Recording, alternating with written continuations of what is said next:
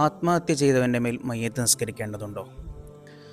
ഒരു സാധാരണ മരണം സംഭവിച്ച ആളുടെ മേൽ മയ്യത്ത് നിസ്കരിക്കുന്നത് പോലെയും മയ്യത്ത് കുളിപ്പിക്കുന്നത് പോലെയും ആത്മഹത്യ ചെയ്തവൻ്റെ മേലും മയ്യത്ത് നിസ്കരിക്കുകയും കുളിപ്പിക്കുകയും ചെയ്യണമെന്നാണ്. എന്നാൽ ഹബീബായ റസൂലുള്ളാഹി സ്വല്ലല്ലാഹു അലൈഹി വസല്ലം തങ്ങൾ ആത്മഹത്യ ചെയ്തവൻ്റെ മേൽ മയ്യത്ത് നിസ്കരിച്ചിട്ടില്ല എന്നാണ്. അള്ളാഹു വൻപാപമാണെന്ന് പറഞ്ഞ ആ ഒരു വലിയ പാപത്തിൻ്റെ ഗൗരവം സ്വഹാബാക്കളെ ഉണർത്തുന്നതിന് വേണ്ടിയും ഇനി ഒരാൾ അങ്ങനെ ചെയ്യാതിരിക്കാനും വേണ്ടിയാണ് നബി സല്ലല്ലാഹു അലൈഹി വസല്ലം തങ്ങൾ അങ്ങനെ ചെയ്തത് എന്നാണ്.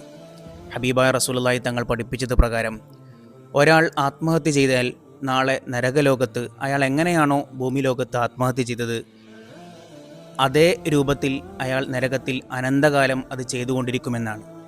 ആ രൂപത്തിൽ അയാൾ ചെയ്യുകയും മരിക്കുകയും പിന്നെയും ജീവിക്കുകയും പിന്നെയും മരിക്കുകയും ചെയ്യുന്ന അനന്തകാല ശിക്ഷയാണ് ഒരാൾക്ക് ലഭിക്കുക എന്നാണ്.